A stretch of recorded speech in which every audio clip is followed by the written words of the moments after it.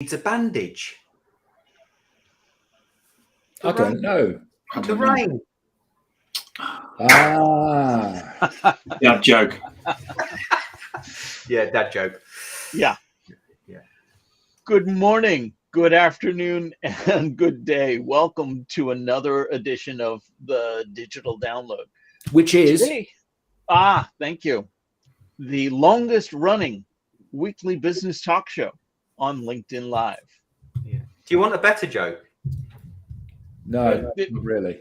Can't be any worse. Well, I was going to tell you a joke about boxing, but I forgot the punchline. Not much of a joke then, really, is it?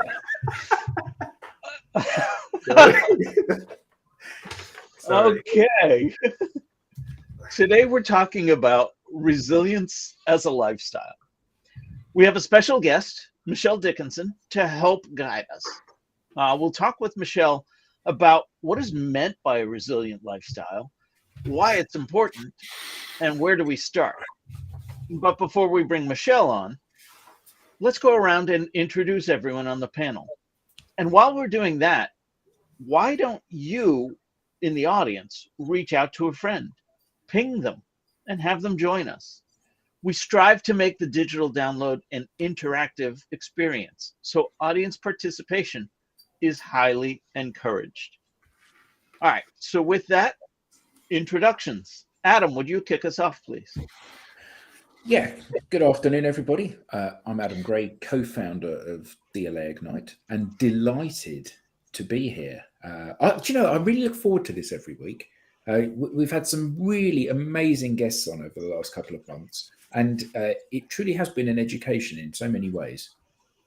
Absolutely. Thank you. Joke teller, Alex. Yeah. Good afternoon, all. So I'm clearly not the resident comedian, but I am Alex Abbott, the founder of Sapiro, and I am a proud DLA Ignite partner. Thank you for having me.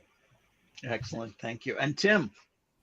I'm Tim Hughes. I'm the CEO and co-founder of DLA Ignite, and I'm famous for writing a book, Social Selling Techniques to Influence Buyers and Changemakers. Excellent. Thank you. So I'm actually going to tell you a little story. So I'll let you in, the viewers, into a little secret. Adam's mum's not very well. So he's actually at his mum's house. And he's sitting in the dining room, which is where 30 years ago, I don't know if you know, but Adam is a violin player and he actually went to university to learn the violin. And he used to practice when he was in his teens and that in the dining room at home. So because of that, he put pictures of violins up on the wall. And here we are, 40 years later. 40 years later, his mum still got them up on the wall. Wow. Isn't that wonderful? She must love you, Adam. Well, there had to be someone, didn't there? Oh, that's fantastic. Yeah. Thank you. And myself, I am Rob Durant, founder of Flywheel Results, also a proud DLA Ignite partner. So, as I said, this week on the Digital Download, we'll speak with Michelle Dickinson, resilience visionary, burnout interventionist, and workplace culture architect. Michelle partners with leaders to normalize the mental health narrative in the workplace and prevent employee burnout. Michelle, good morning and welcome. Good morning, and thank you for having me. Morning, Michelle. Sure. Hi, guys. Please tell us a little bit more about you and how you got here. Well, I guess you guys found me somehow. Exactly what you said. I'm a resilience visionary. I work with individuals and organizations to really help people preserve their emotional well-being. We're always talking about climbing our way back after burnout or after a hard experience in life. And I'm here to tell you that I think there's a lot we can be doing to preserve our emotional well-being and prevent that. Awesome. So let's start off with the obvious question. What do you mean by a resilient lifestyle? Yeah, and so it goes back to what I just said, right? A lot of us and our society teaches us to relate to resilience as something you build during the dark times, right? Like I climbed my way out of that experience and therefore I emerged resilient. And what I and my business partner are very keen to get people to realize is resilience is a lifestyle that we integrate into our life so that we can ebb and flow with those inevitable hurdles that show up. You know, a lot of what we teach are things you can be doing every single day to feel good, to preserve your health. And then your mindset. What is your mindset? So if you could really tackle what it is around your mindset that might be challenging you, and then really take well-being and preserving your emotional well-being seriously and do something for yourself every day, you could learn to ebb and flow with the inevitable stress and challenges that will come your way. What I'm hearing you say is there's a proactive approach to dealing with your problems. What? But I don't want any problems. Yeah, exactly. But you know, the problem is people run on E. People ignore their health until it, you know, waves a flag at you and says you really should do something. You know, stepping over our health as if we have tomorrow to get to it, you know. And I'm here to just remind you, no, you should be filling your cup every day because your energy is everything and how you show up in your life is everything. So how do you what advice would you give to someone that understands that, yeah. but you know is struggling to manage the day-to-day pressures of having to run faster in the hamster wheel because whatever the reason, their manager, the pressure they put on themselves? Mm-hmm. Yeah, no, that's a great question. And, you know, and the one thing we are guaranteed to deal with is an excess amount of stress. So if we can't have stress be removed from our plate, the only thing we can do is boost ourselves so we can deal with that stress. So my first question would be, what do they do to take care of themselves so that they can stay on the hamster wheel, can take care of themselves, right? So a lot of times people aren't even aware that the practices that they have or don't have are detracting from their cup. They're not filling their cup is one thing, but pulling away from their cup because they're not you know, realizing that the excess coffee or the lack of sleep or shaving hours off of their sleep is really impeding their ability to navigate stress. So it's really like taking a hard look at what you do, what are you doing every day? Or are you doing anything for yourself? Are you waiting for the inevitable like vacation or spa day in a few weeks and thinking I'm just going to grind it out, because that doesn't work either. Yeah. You've mentioned cup a few times. Are you talking about your energy cup or? Mm-hmm. Yeah. Okay. Yeah. Oh, for sure. It's your overall energy. It's your mental clarity. It's all of it, right? So, for example, if you wake up in the morning and you fall into your day, you hit snooze, catapult out of bed, high cortisol, grab a cup of coffee, hit traffic.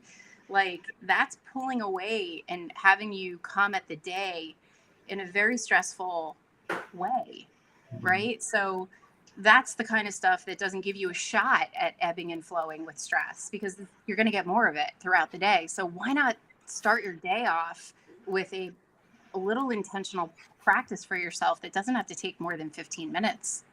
Yeah. I sometimes start the day with my cup only 20% full anyway.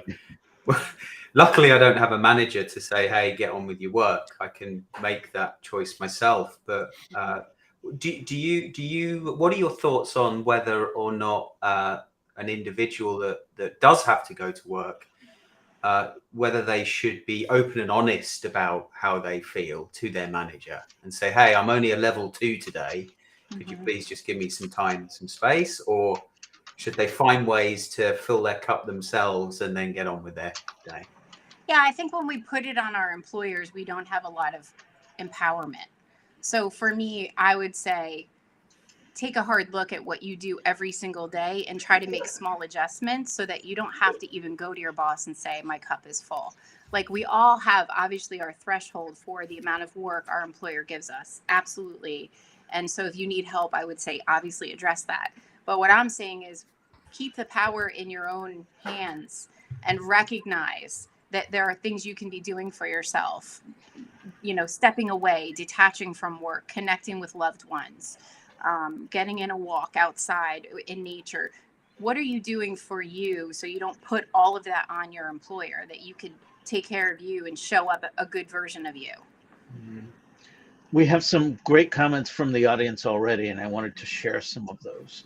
First, we have Mickey Padova saying, this is so true. I don't think the approach is dealing with problems, but looking at the problem actually as an opportunity to view the situation in a different light and be resilient. Yes. And then we have one that I wanted to get your take on this, Michelle.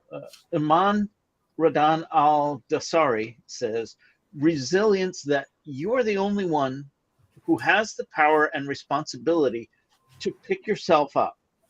Yeah. I hear that, and I agree with that and disagree with that at the same time. Of course, I need to be responsible for myself. Yeah. But can't I enlist the help of others? So what are your thoughts around this?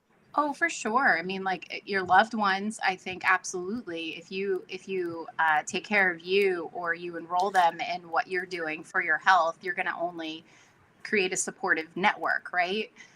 I want to go back to the last person's comment, because that one was really key. And I ask this question when I coach people. I'm always looking at what do they do every day, and then what's their mindset around their experience in life. And there's a really poignant question, right, that I ask to understand people's perspectives. Is life happening for you, or is life happening to you? Because if they come to me and life is happening to them, they are at the effects of their experience, and they don't have a lot of control. Their perspective is victim. Why is this happening to me? I disagree with it. They sit in the mud of I disagree with it, instead of how is this here to serve me, and what can I learn from this experience, and how can I grow, and what's the next best step I can take, right? Very different experiences of life. So you can have practices all day long, but fundamentally, if you are the victim in every scenario that doesn't go perfect, then your experience is going to be very different. And we have Rob, one. could you put up Jasmine James's comment? Oh. Hello, Jasmine. Thank you for tuning in. The professor. It's going to stick, Rob. It is going to stick. You can see it. Yes, it is. And that's fine. I'm very happy with it. And while we're shouting out, hey, Yeah. Lance, nice to see that you're here as well. Yeah. We have another comment. Rob, so I'm really sorry, just quickly. That's all right. If anyone in the audience feels that Rob suits the professor, please do say so in the comments. Just a little inside joke here, Michelle. I will be teaching marketing at Northeastern University in the fall, and I was teaching intro to business classes at Suffolk University this past year. So apparently the moniker, the professor, will be sticking with me, and I am proud to wear it. Yeah. So Sonny's comment is an interesting one. Yes. Sonny Sagal says, we deployed a tool for employees to manage their health and well-being easily using Microsoft Teams. Been a game changer. Measures stress levels and HRV from a 30-second facial scan from your laptop camera. Wow. Really? I have a Whoop, and it does the same thing. Okay. And how do you fold that into your behavior? Because it's all very well getting a scan that says you're stressed. Yeah. So maybe I'm stressed. Maybe I Yeah. don't feel like I'm stressed. Right. I see a scan that says I'm stressed, and I go, oh my God, I'm stressed. Yeah. So how do I turn that into being something positive rather than an affirmation that this is all too much for me. Right. You have to have the practices. And I love what Mickey said. And I would love to talk about her comment because it's great. You have to have the tools in your toolbox to be able to mitigate that stress, right? So if you realize you're stressed, if you understand that simply moving your body and having your stress move through your body, or sitting silent in meditation, right? Clearing your head, giving yourself a break for 15 minutes. Everyone has 15 minutes, right? So for me, it's all about teaching people the tools to be able to identify when I'm stressed. And even for me, the Whoop has helped gamify my experience. So if I'm not getting enough recovery and I'm not getting enough sleep, then I tweak my habits to be able to gamify it and increase my scores. So for me, it's been wonderful to be able to see a very personalized approach that gives me data to encourage shifts in my behavior and my practices. And how does one manage that if life gets in the way? Because I think that often, we have plans about what we're going to do. I'm going to take 1 hour every morning to go and sit in the cornfield and watch the clouds blow over, because that makes me feel really good. Yeah. So I do that on Monday. I do that on Tuesday. My boss phones on Wednesday. A client phones on Thursday. I'm out of the office on Friday. And then all of a sudden, before I know it, that habit was like so many New Year's resolutions. It evaporates by mid-January, and then you're back to the normal grind. Yeah. So this, I get that kind of going to bed at an early time in order to get enough sleep is crucial for health, but sometimes it isn't always possible. Mm-hmm. And I think it's about choices. It's absolutely about choices. Because here's the thing, Adam, nobody's going to come and save you and say, you really need to take care of yourself. Mm-hmm. Like, nobody's coming for you. We have to make our self-care a non-negotiable if we want to be there for the people that love us and count on us. And not feel guilty.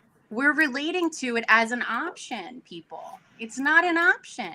It's our life. It's our health. It's not like nice to do. I'm going to paint the living room. This is our health. So you have to be almost like rigid about what you're going to do for you, because it's going to help you stay healthy and show up for the people that love you, but also be able to perform the way you can perform when it comes to work. Yeah. Yeah. That, I mean, it is such an important thing, but many people, including myself, years ago would feel guilty making time for myself. It didn't compute in my head that, I had to do this because of this reason. And, I have dealt with burnout twice in my life, and I know the effects. So we're working on a third time for you, Alex. Don't worry. But I have built my resilience up, I must admit. But I wish I had the tools and the techniques and the confidence to stand up for my health to my peers and my manager, and be able to articulate that in a way that they understood, and it wasn't just Alex wanting some time off for a walk in the park. I think, health, first of all, health is wealth. We know that, right? But we also we live in a society where it's either or. We have this either or mentality. Either I take on the extra task or I go for a walk. Why can't we get creative and make it all work? Why can't we say, I'm going to do a little bit of this, but I got to get a 15-minute walk in to clear my head, move my body, and just give myself that little pause. Like, it's possible. It doesn't have to be either or, right? We have to take a stand for ourselves and for our health. Yeah. I love the way that when I asked my question, you told me off afterwards. Because actually you're right. It is a non-negotiable thing. And so often that non-negotiable thing is something that we negotiate on. We negotiate with ourselves and with our work time and all of those other things. And I think that potentially part of the issue here is around re-education of people, isn't it? Even if you put the job first, you think to yourself, I still am only able to contribute to the job if actually I'm healthy and able to invest the time in that. Yes, Adam, absolutely. You got to look at the benefits of self-care. The benefits are not just it feels good. It's I get to show up the best version of me. I get to be the person that I know I have the capacity to be if I'm feeling optimal, if I've gotten enough sleep, if I've moved my body, if I've meditated and cleared my head, if I've connected with someone I love just for the sake of it. Like someone commented about it's more than work. I love that because when I meet with people, I say to them, what are your hobbies? And most of them look at me like I have 6 heads. Like, no, like, what are your hobbies? What do you do? What brings you joy outside of your job? Because you are so much more than just an employee. So let's get you connected back to some of those outlets that fill your cup and give you that energy to be able to, perform and do all the other things you have to do. Mm. So do you have any specific techniques that you recommend people start applying? Yeah, thanks for asking, Rob. I have a ton, but for the purpose of this, I'll give you some of the things that I see. So now I've been coaching people in resilience for quite a few years now, and one of the most common things that I see that we stop immediately is falling into your day. So many people don't realize how it's like a domino effect, right? Like if you're laying there in bed, you hit snooze 3 times, you're running late, and you're catapulting out of bed, and you're already in a high stress state trying to get to work on time or start your day or get to that meeting, you're setting yourself up for a really stressful day. And then, it's not going to go well. So my recommendation is really give yourself that little 15 minutes in the morning, even if you're just sitting there and having a cup of coffee or a cup of tea and you're reflecting or you're practicing some gratitude to refocus yourself over to the good stuff, because that's one of the things we all do as human beings is we will step over all the love and abundance in front of us to get to the negative stuff that needs our attention, right? And then we'll be consumed with that. So sitting for 15 minutes, just giving yourself a pause, reflecting on some of the good stuff, the love, the good stuff in your life is such a beautiful way to start your day. But I don't have 15 minutes. Or if I take that 15 minutes, all I'm doing is thinking about those problems. As you said, I'm stepping over the good to worry about them. How do I clear my head and take that 15 minutes and recognize the importance of it? You just got to try. You just got to force yourself. If you don't have 15 minutes, Rob, I'm not going to say anything negative. 15 minutes. It's just 15 minutes. It's not that long. Mika says something just down there, which is it's choices, priorities, and forgiveness. When you don't meet them, just try again. Yeah, for exactly. Sure. So at the very least, book the 15 minutes, take the 15 minutes, and tomorrow maybe stress a little bit less in that 15 minutes. So Adam, when you spent your 15 minutes outside, but you didn't do it on Wednesday, Thursday, and Friday, the week after, try and do it Monday, Tuesday, and Wednesday, and not Thursday and Friday. But don't kick yourself. Yeah, I think that you as a metaphor. But I think that's part of the education for all of us, isn't it? It is around A, prioritizing this, and B, using this as a mechanism to unplug and to kind of reconnect with ourselves rather than something else that is giving us extra stress. Because, we're in the situation where, oh my God, I missed my 15 minutes today. Well, actually, that's increasing my stress rather than decreasing my stress. Yeah, it's the intentionality and it's the impact. Do I want to show up a better version of myself today than I did yesterday? And will being a little bit intentional with how I start my day create a change? Try it. Give yourself the opportunity. Give yourself 2 days or 3 days to try it and see how it feels and go from there. But don't not, because it does set the tone for your entire day. Yeah. If I feel I'm approaching a crisis situation, is it too late to apply some of the simple techniques that we're talking about? I don't think so. I think that if you could acknowledge when the self-awareness is the key to all of this. If you can acknowledge when you're feeling like I'm getting to that place, what do I need to do? You have to be aware of what tools in your toolbox are your go-to. Like, that's the first thing I tell people is like, okay, so when you start feeling that anxiousness or that overwhelm or overstressed, what tools in your toolbox do you know to grab to? And some people will say, I know I got to hit the trail and run at lunchtime, or I know I got to call my girlfriend and go get a cup of coffee with her because I just got to let this out. So whatever your tool is, know what your go-to is and do it before you hit that point. But you got to be, responsible about taking the pause. And like so many people have said here, do that without guilt. We've talked a little bit about the importance of self-responsibility in this regard. What are some things leaders can employ within an organization to support a proactive, resilient lifestyle? Be human and talk about their own journey, because they're dealing with stress just like we are, right? Like, there's nothing more encouraging than when a leader has the courage to share what they're doing and how they're helping themselves.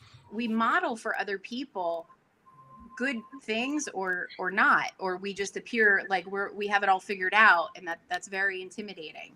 So I say what leaders can do is just openly talk about how they're taking care of themselves, what they do when they hit stress, and normalize it so other people can say, oh, wow, I thought that guy had it all figured out. Well, maybe he doesn't, and he's just doing the best he can. And I feel less of, someone who's a failure because I'm struggling.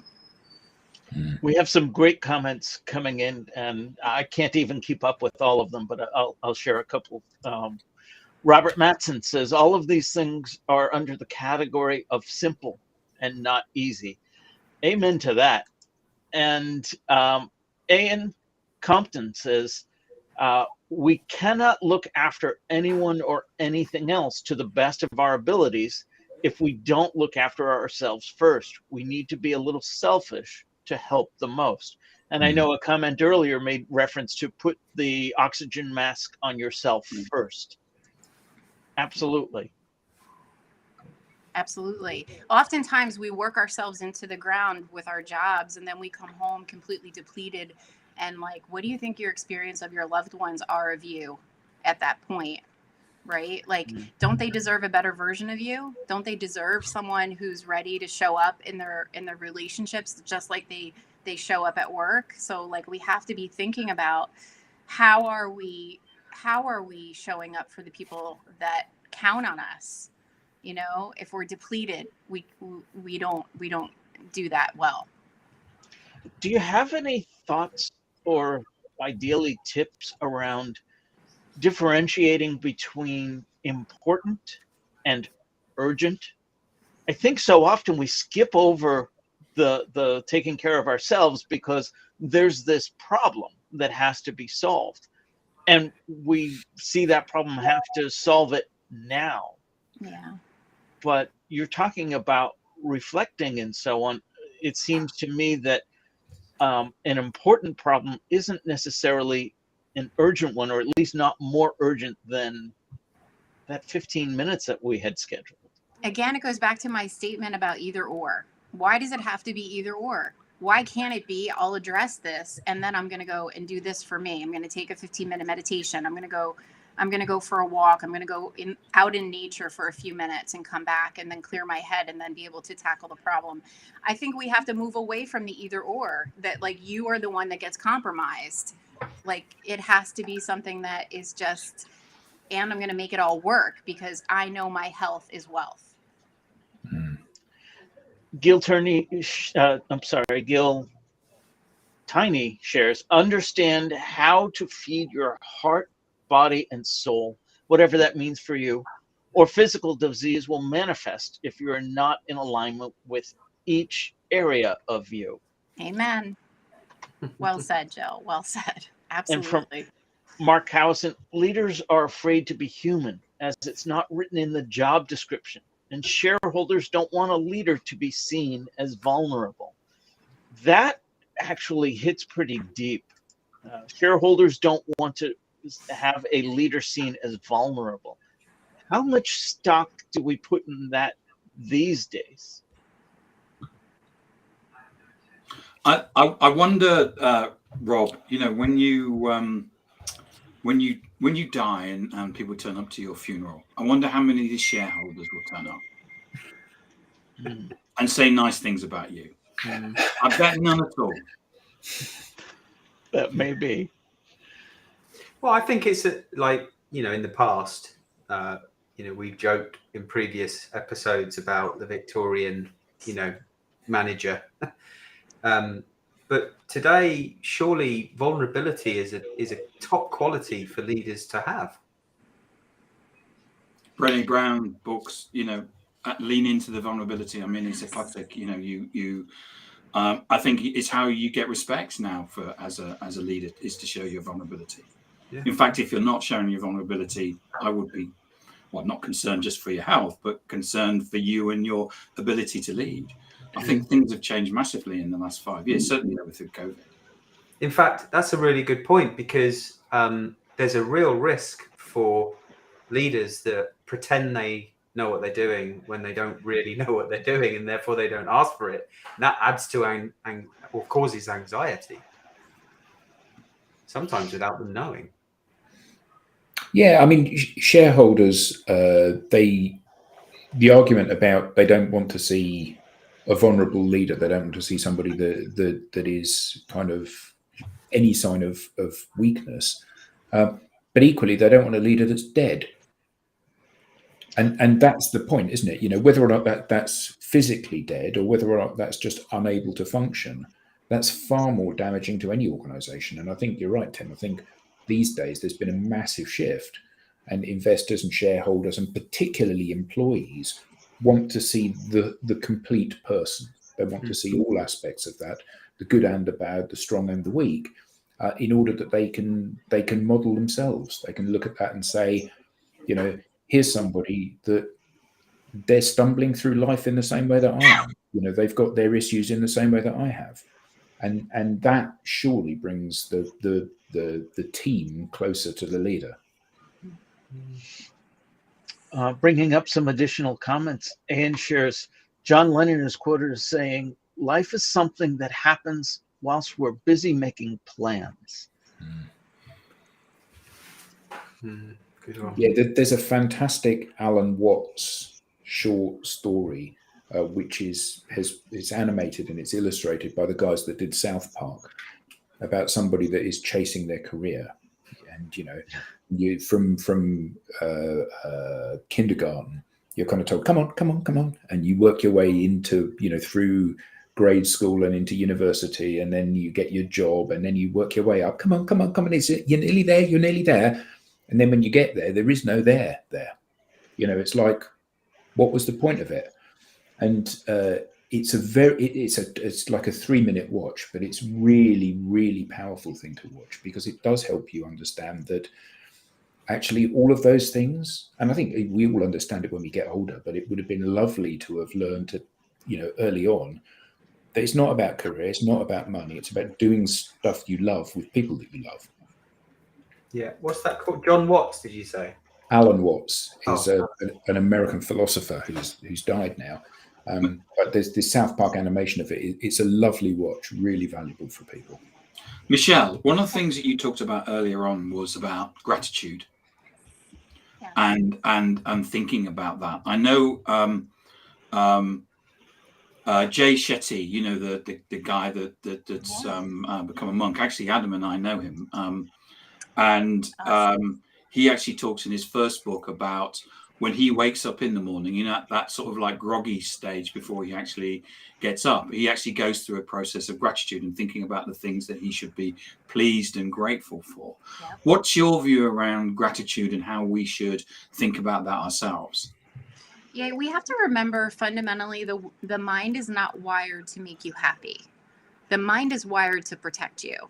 So every day it's always doing its job when it's constantly looking and scanning for things that are wrong, things that are broken, things that need your attention. Organically, that's where your mind is going to go. So like, it takes something for us to keep a positive disposition. Now, we can use willpower all day long and say, I'm going to be positive. I'm going to be positive. But the magic lies in the gratitude practice, because the gratitude consistently, as a practice, shifts your gaze to what's good, all the love, all the abundance that is in your life. And whatever we focus on will always expand. So focusing on our gratitude is a beautiful way to organically help us be more positive in our outlook and grounded to the fact that we are very blessed with what we do have. Thank you. Is that why we're taught the please and thank yous when we're young? No, Alex, it's about you know very well you are somebody who's blessed with a fantastic family and a support network, etc., and it's about finding time to actually understand and say I'm really happy about that. Yeah. Really lucky that I'm in this situation. Yeah. Yeah. Yeah. So first, I want to apologize to Jill and anyone else whose name I butchered. And I will continue to butcher them, but it won't stop me from trying. Yeah, it's Yayan. Just saying. Yeah. Okay. Thank you. Just saying. Got it. Well, Jill, you've been great about sharing. I wanted to post some of these additional comments, and as have many others, Yayan included, have been great about contributing. Jill goes on to say, Brene Brown has made a career from vulnerability. It takes courage. And she says, don't be inauthentic with vulnerability. It will blow up in your face. It isn't a tick box. It's about deeper connections. And I think that actually came up in response to our talk around leaders sharing their vulnerability. How do you really draw that line between authentic and inauthentic when it comes to being vulnerable? Is it just obvious? I think people can sniff it a mile away. I think that's just my opinion. And I had another question in the comments I'm trying to go back for. Yes. I don't know if you'll know the answer to this, but we'll bring it up anyway. Mark Cowison asks, has the figure of 20% of 13 to 18-year-olds living with a mental health condition increased in recent times? I don't know that question. I don't know the answer to that question. We'd have to look that up, but it's pretty significant. It was significant the last time I looked there. Because of COVID, I think our young people were hit the hardest. So it's got to be, and as a coach to many educators now, I continuously hear the behavioral concerns and the mental health challenges that are happening in our youth. So I would not be surprised if that has increased. So tangentially related to that, my wife read recently that a university in Southeast US has gone back to the virtual classrooms because of the latest outbreak in COVID.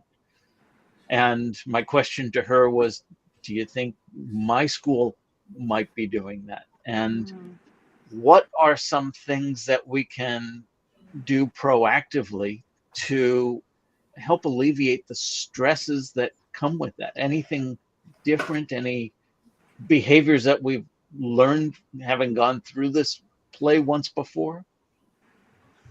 So I always want to go back to what is it that we could be doing for ourselves every single day so that we can ebb and flow with the stress, no matter what it looks like, no matter how it shows up, no matter what label it has on it. What are we doing every day to take care of ourselves? And are we aware of our mindset? Those are two things we should all be doing, and we shouldn't be waiting for some, external circumstance to dictate whether we provide ourselves with self-care.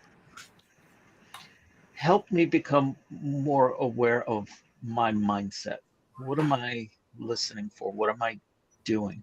Yeah, so it's like the mindset is what I referred to before, right? If we believe life is happening for us or to us, if we have a negative narrative running in the back of our head that's constantly judging and assessing, most of us do. It's just how loud is it?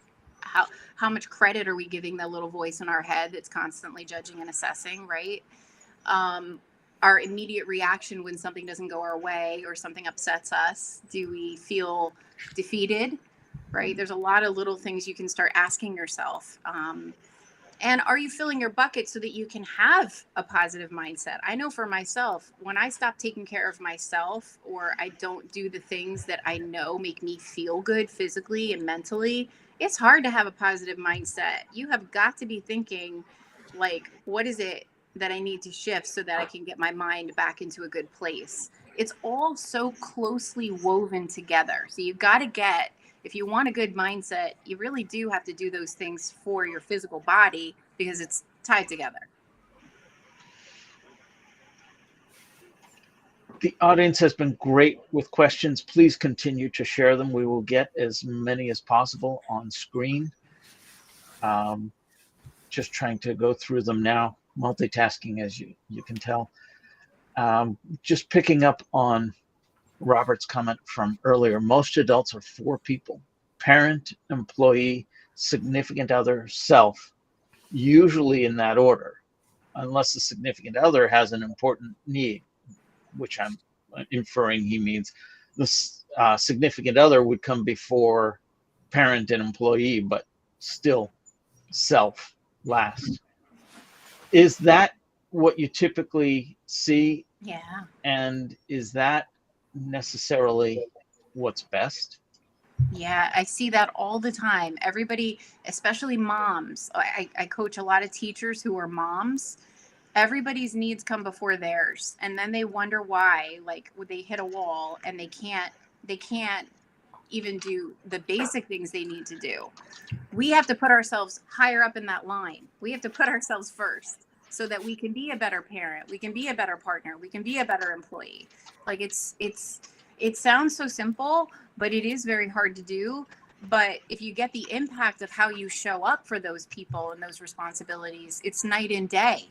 Like, stop foregoing the self-care for everyone else's needs, because it's never going to serve you. And you could harbor some serious resentment at the end of the day.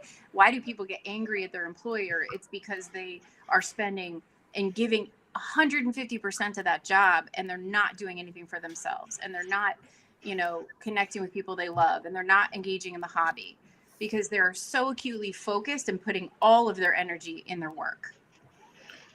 I think Robert's last comment is true, and this is something that we often use when we're dealing with teams, is all these things under the category of simple but not easy. Right. And that's the thing, this concept is such a simple one. You put yourself first, of course you do. If you're not happy and motivated and full of energy, how is there anything left to give to other people? But I guess it's the habits and that gratitude, like you said, that Jay Shetty does, where he lies in bed before he gets up, and he's got a little bit of quiet time when he can think to himself, I have so much to be happy for, so much to be thankful for. For example, there's this, and there's this, and there's this, and this really gives me joy, and this is where... And I guess that part of the challenge for people is effectively diarising time in their lives to do this.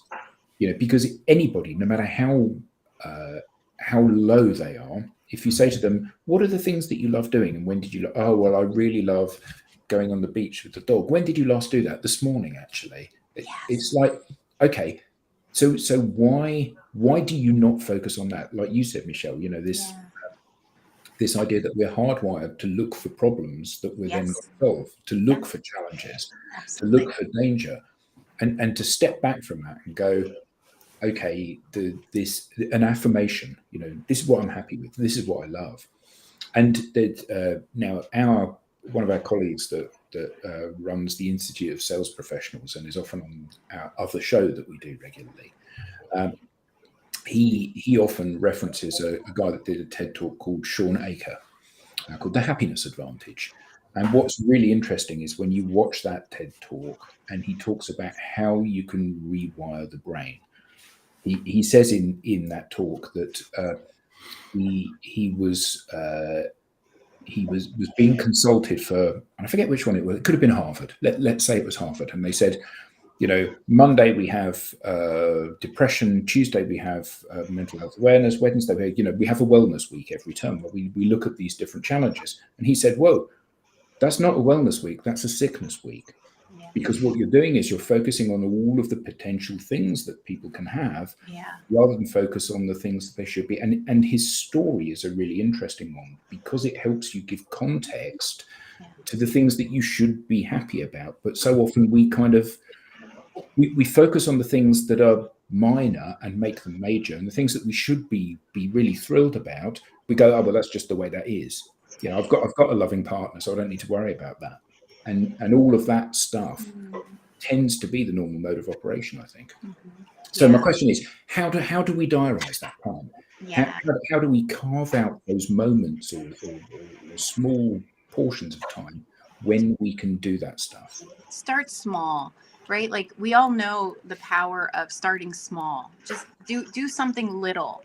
And then, then we all know the power of stacking, right? Like stack it. If you're going to have a cup of coffee every morning and you do the same thing, like when you have your next cup of coffee, reflect on 3 things that make you feel really good that's in your life, right? Like start small. Don't try to boil the ocean. And as you start to progressively feel better mentally, and then incorporate other things and try things on, and then just do a reflection of like how I felt before I did anything versus how I feel now.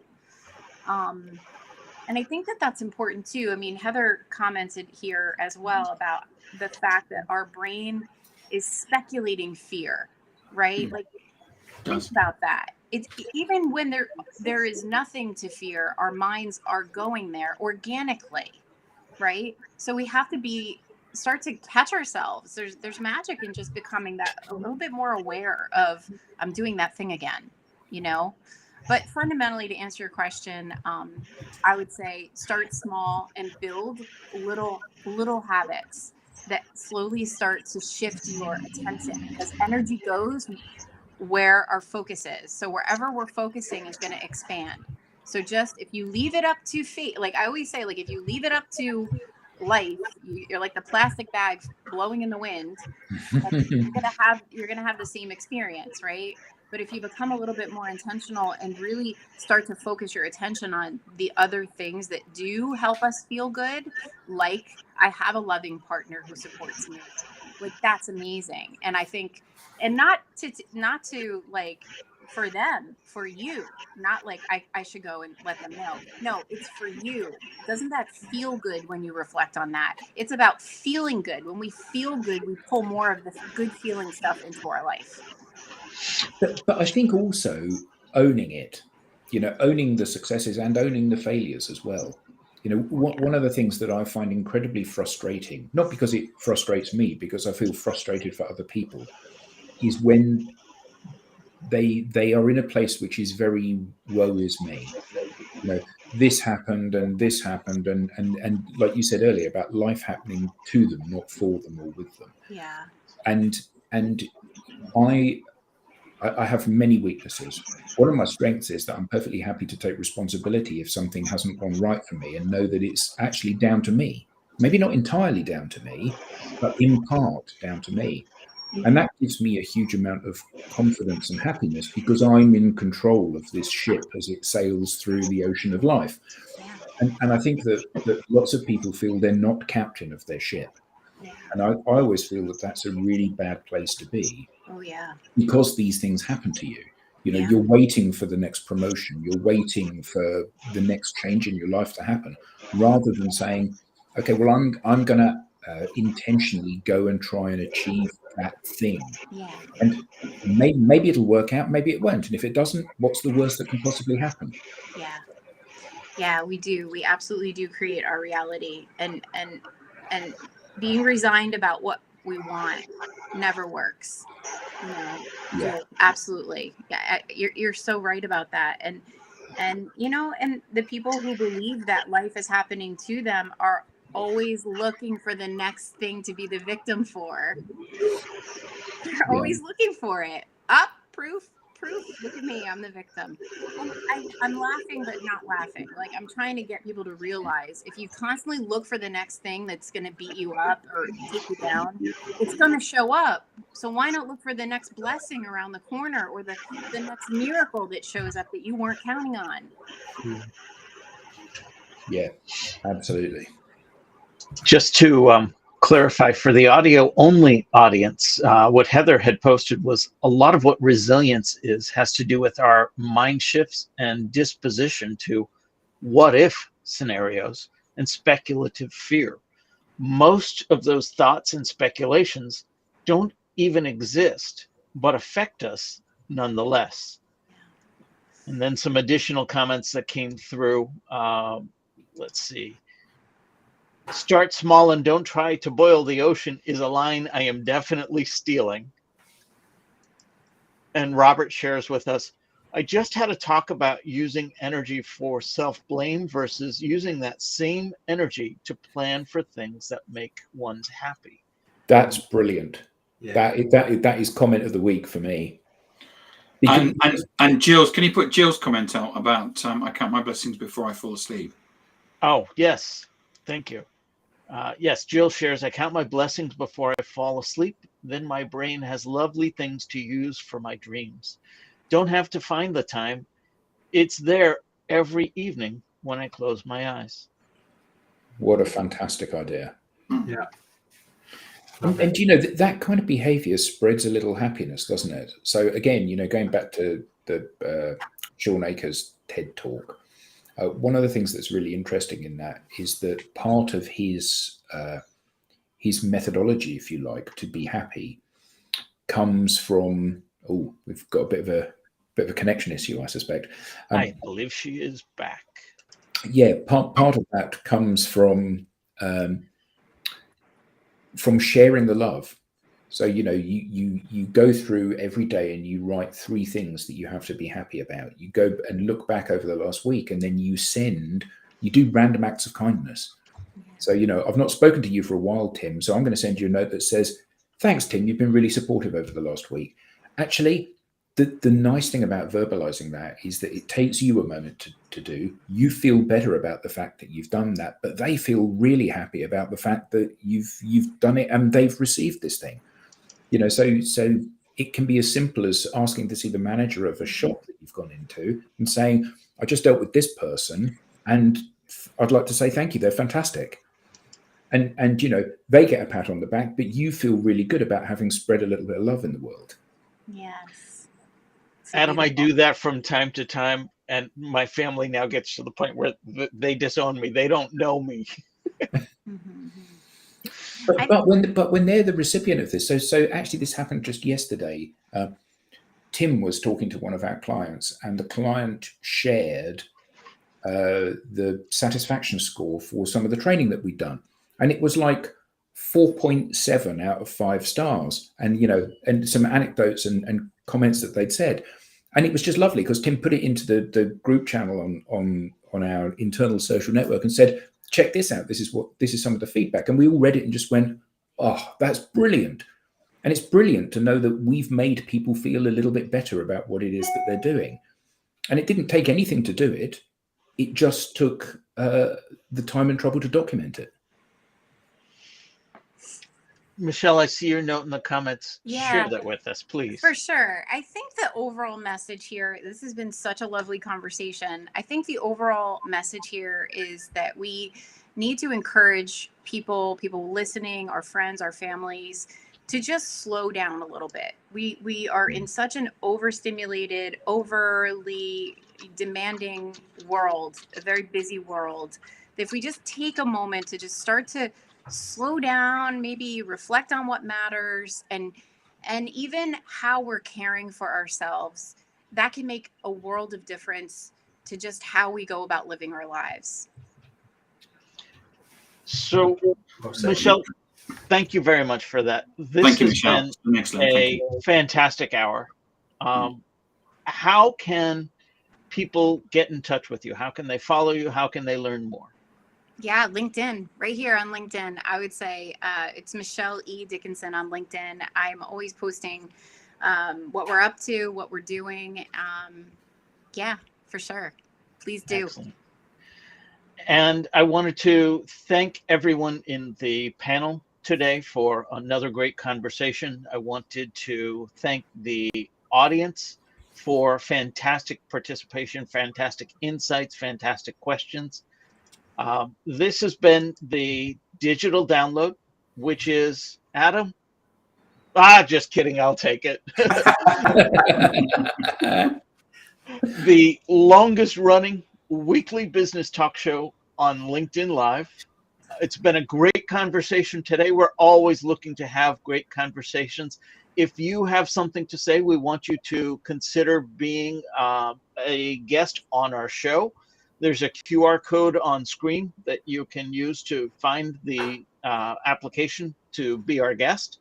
You can also find it at digitaldownload.live and click on the Be Our Guest section. Again, Michelle, thank you so much. Thank you, Michelle. Adam, Tim, Alex. Everyone gets 5 minutes back to go for a walk. Yeah, I'm going to go for a walk. Just before you go, put Jill's second last comment on. The one about adjust our thinking. Oh, thank you. Yes. Yes. Let me go ahead and. That's a really positive shift, isn't it, for everybody? Yeah, Jill leaves us with adjust our thinking from what's in it for me to how can I help? Yeah. Fantastic way to end it. Thanks, Again, Jim. thank Thank you all. very much. Yeah.